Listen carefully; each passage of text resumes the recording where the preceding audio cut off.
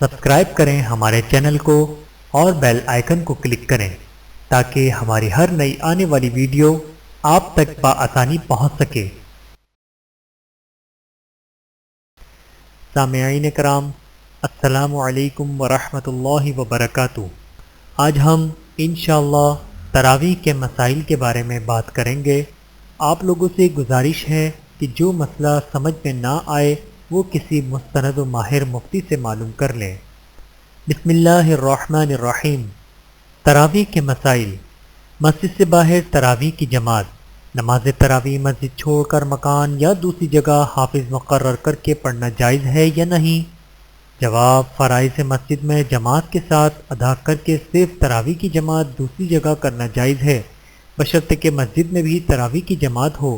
اگر محلے کی کسی مسجد میں بھی تراویح کی جماعت نہ ہو تو سب گناہگار ہوں گے۔ مسافر، مریض اور عورت اگر تراویح پڑھ لیں تو کوئی کراہت تو نہیں؟ جرات، تراویح مرد اور عورت دونوں کے لیے سنت موقدہ ہے، اس لیے خواتین کو اپنے گھروں میں انفرادی طور پر تراویح پڑھنے کا اہتمام کرنا چاہیے۔ مسافر اور مریض کو اگر تراویح پڑھنے میں کسی قسم کی تکلیف اور پریشانی نہ ہو تو پڑھنا افضل ہے۔ عورتوں کا تراویح جماعت میں شریک ہونا یا خود جماعت کروانا؟ سوال، بعض جگہ مساجد میں عورتوں کے لیے علیحدہ جگہ کا انتظام ہوتا ہے اور وہ مسجد کی جماعت میں شریک ہوتی ہیں۔ اسی طرح بعض لڑکیاں حافظہ ہوتی ہیں، وہ گھر میں تراویح پڑھاتی ہیں۔ گھر کی اور پڑوس کی خواتین بھی اس جماعت میں شریک ہوتی ہیں۔ حافظہ لڑکیوں کا کہنا ہے کہ اس کے بغیر قرآن بھول جانے کا اندیشہ ہے۔ کیا شریعت کی رو سے عورتوں کا علیحدہ جماعت کروانا یا مردوں کی جماعت میں شریک ہونا جائز ہے؟ جواب، جائز نہیں۔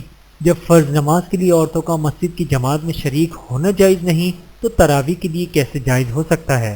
عورت کی سب سے افضل نماز حدیث کی رو سے وہ ہے جو گھر کے تاریک تر کمرے میں ادا کرے۔ اسی طرح عورتوں کا گھروں میں علیحدہ جماعت کروانا بھی مکروہ ہے۔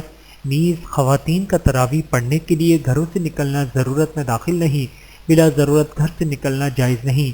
علاوہ ازیں عموماً عورتوں کی آواز گھر کے اندر یا ہر اجنبی اور غیر محرم مردوں تک پہنچتی ہے جس سے فتنے میں مبتلا ہونے کا اندیشہ ہے، اس لیے خواتین کو اس سے سخت اجتناب لازم ہے۔ نیز سرپرستوں پر فرض ہے کہ وہ انہیں اس منکر سے سختی سے منع کریں، ورنہ وہ بھی گناہ میں برابر کے شریک ہوں گے۔ قانون شریعت کو توڑ کر اور اللہ کو ناراض کر کے قرآن پختہ کرنا کون سے خوبی کی بات ہے؟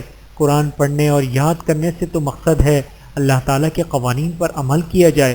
اگر عمل کرنے کے لیے آمودہ نہیں تو معلوم ہوتا ہے کہ پڑھنے پڑھانے اور حافظہ بننے سے اللہ تعالیٰ کو راضی کرنا مقصد ہی نہیں، مقصد لوگوں سے واہ واہ سنانا اور کچھ سننا ہے۔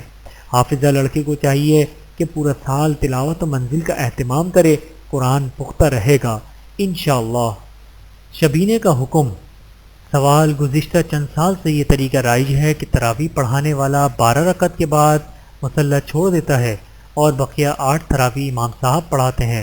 کچھ مقتدی بھی حافظ کے ساتھ تراویح چھوڑ دیتے ہیں اور وتر کی جماعت کے بعد حافظ صاحب اپنی بقیہ 8 رکعت تراویح شروع کرتے ہیں، تو دوسرے بہت سے مقتدی بھی ان کے ساتھ نوافل کی نیت سے نماز میں شریک ہو جاتے ہیں۔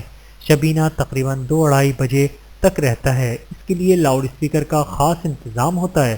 بعض حضرات کو متوجہ کیا گیا، چند آدمیوں کے لیے لاؤڈ اسپیکر کا استعمال سوائے نمائش کے کچھ بھی نہیں، تو انہوں نے یہ موقف اختیار کیا کہ گانا بجانا عام ہے، جگہ جگہ ریکارڈنگ ہوتی ہے، تو ہم کیوں لاؤڈ اسپیکر استعمال نہ کریں؟ اس کا شرعاً حکم کیا ہے؟ جواب، اس قسم کے متعارف شبینے میں کئی قبائح ہیں۔ مثلاً نمبر 1، نوافل کی جماعت۔ اگر حافظ اور کچھ مقتدی تراویح پڑھ رہے ہوں تو یہ خرابی اگرچہ نہ ہوگی مگر مندرجہ ذیل قباحتیں تو بہرحال ہیں۔ نمبر 2، لاؤڈ اسپیکر کی وجہ سے اہل محلہ کے کام، آرام اور عبادات میں خلل۔ نمبر 3، نام و نمود۔ نمبر 4، بعض لوگوں کا جماعت میں کھڑے ہونا اور بقیہ کا بیٹھے رہنا جو جماعت اور قرآن کے احترام کے خلاف ہے۔ نمبر 5، ضرورت سے زیادہ روشنی اور مٹھائی وغیرہ کا انتظام۔ نمبر 6، اس غلط رسم کے لیے چندہ کرنا، جبکہ بعض لوگ بغیر طیب خاطر کے محض مروت میں چندہ دیتے ہیں جس کا استعمال حرام ہے۔ اس قسم کی اور بھی بہت سی خرابیاں ہیں جن کی بنا پر مروجہ شبینہ جائز نہیں۔ واللہ سبحانہ و تعالی عالم۔ تراویح کن لوگوں کے پیچھے جائز نہیں؟ قاری اور سامع کو کچھ لینا دینا حرام اور ایسے قاری کے پیچھے تراویح ناجائز ہے۔ رمضان میں ختم قرآن پر قاری اور سامع اگر کچھ معاوضہ طے نہ کریں، ویسے ہی اہل مسجد ان کی کچھ خدمت کر دیں یا کپڑوں کا جوڑا بنا دیں تو یہ جائز ہے یا نہیں؟ جواب: خدمت کے نام سے نقد یا کپڑے وغیرہ دینا بھی معاوضے ہی میں ہے اور اجرت طے کرنے کی ہی زیادہ قبیح ہے، اس لیے اس میں دو گناہ ہیں، ایک قرآن سنانے پر اجرت کا گناہ اور دوسرا جہالت اجرت کا گناہ۔ بعض لوگ کہتے ہیں کہ قاری اور سامع بھی اللہ واسطے کام کرتے ہیں اور ہم بھی اللہ تعالیٰ کی رضا کے لیے ان کی خدمت کرتے ہیں، معاوضہ مقصود نہیں۔ ایسے ہی لبازوں کی نیت معلوم کرنے کے لیے بعض علماء کرام نے یہ امتحان رکھا ہے کہ اگر قاری اور سامع کو کچھ بھی نہ ملے تو وہ آئندہ بھی اس مسجد میں خدمت کے لیے آمادہ ہوتے ہیں یا نہیں، اور اہل مسجد کا امتحان یہ ہے کہ اگر یہ قاری اور سامع کی مسجد میں نہ آئیں تو بھی یہ لوگ ان کی خدمت کرتے ہیں یا نہیں۔ اب دور حاضر کے لوگوں کو اس کسوٹی پر لائیے، قاری اور سامع کو اگر کسی مسجد سے کچھ نہ ملا تو عموماً آئندہ اس مسجد کی طرف رخ بھی نہیں کریں گے، اور اہل مسجد کا یہ حال ہے کہ جس قاری یا سامع نے ان کی مسجد میں کام نہیں کیا وہ خواہ کتنا ہی محتاج ہو، عموماً ان کو اس کی ذب و حالی پر قطعاً کوئی رحم نہیں آتا۔ اس سے ثابت ہوا کہ جان بین کی نیت معاوضہ کی ہے اور الہیت کے دعوے میں جھوٹے ہیں، لہٰذا اس طرح سننے اور سنانے والے سب سخت گناہگار اور فاسق ہیں، اور ایسے قاری کی امامت مکروہ تحریمی ہے۔